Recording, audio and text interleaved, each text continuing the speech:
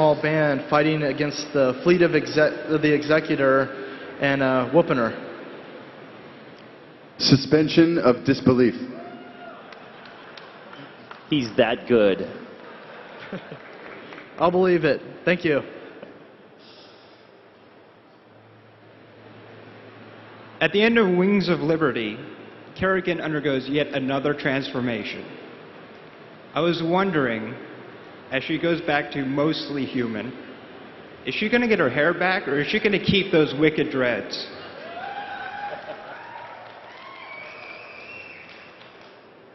And that is an unanswerable question at this time. We're going to keep you on the hook. But aren't they hot looking? Kinda? Is that wrong? Is that wrong that she's cute with those alien dreads? Is that it? Oh, fine. She'll probably keep that haircut for at least a little bit. Thank you very much. Hi.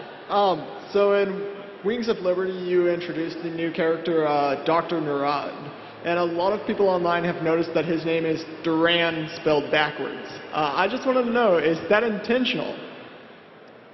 Who would do that? That's crazy. Crazy talk. And it's Naud. Hi. So Dr. that's all you're going to give me?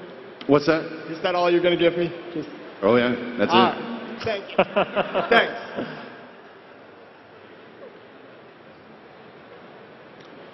My question is, did the Xel'Naga let the Zerg absorb them originally? Because in the original plot, it says they underestimated them and they breached their world ships and absorbed them.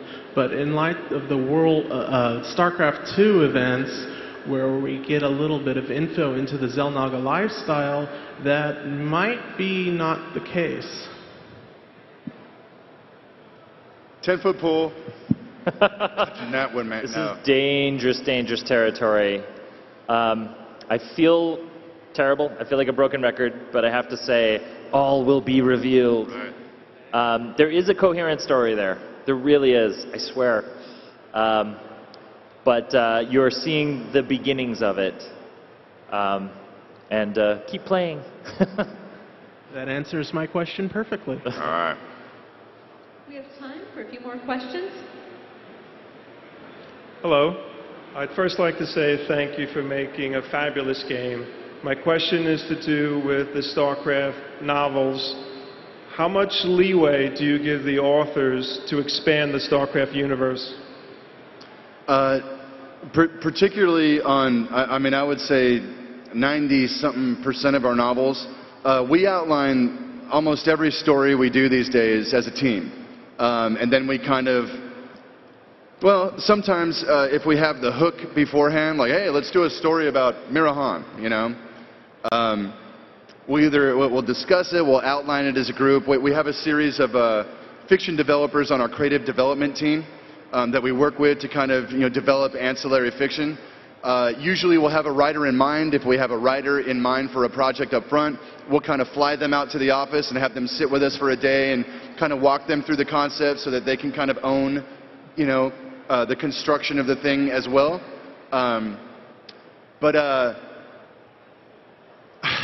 in terms of authors just kind of going for it and developing vast tracts of the universe, we're usually not real comfortable with that unless it's really ambient, and just kind of like what, kind of more of a vibe thing. Like, that's gravy. You got a hook, run with it. But when it gets into like really specific kinds of important locations or races or like the mythology of all this stuff, we're very, very particular, and usually kind of plan everything as a group at our shop up front.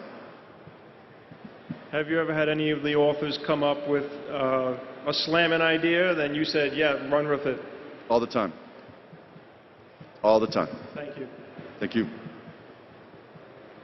A few years ago, when you first started writing Wings of Liberty, did you guys have an alternate ending to the one that you ended up releasing?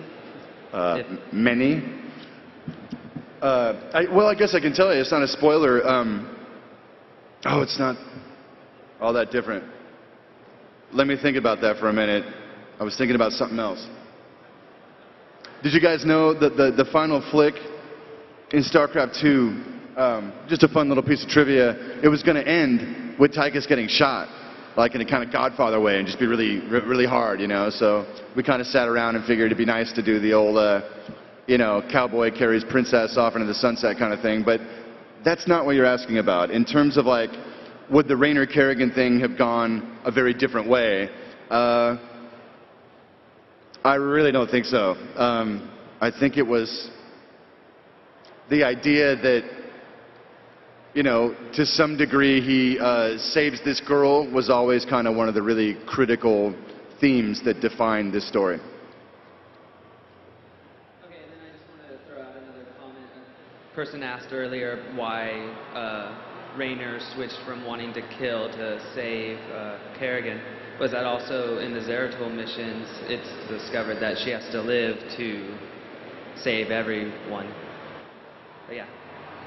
You're asking was his decision? You were throwing out another motivation. Yes, yes, absolutely. No, he's aware that she's very important to the future of all life.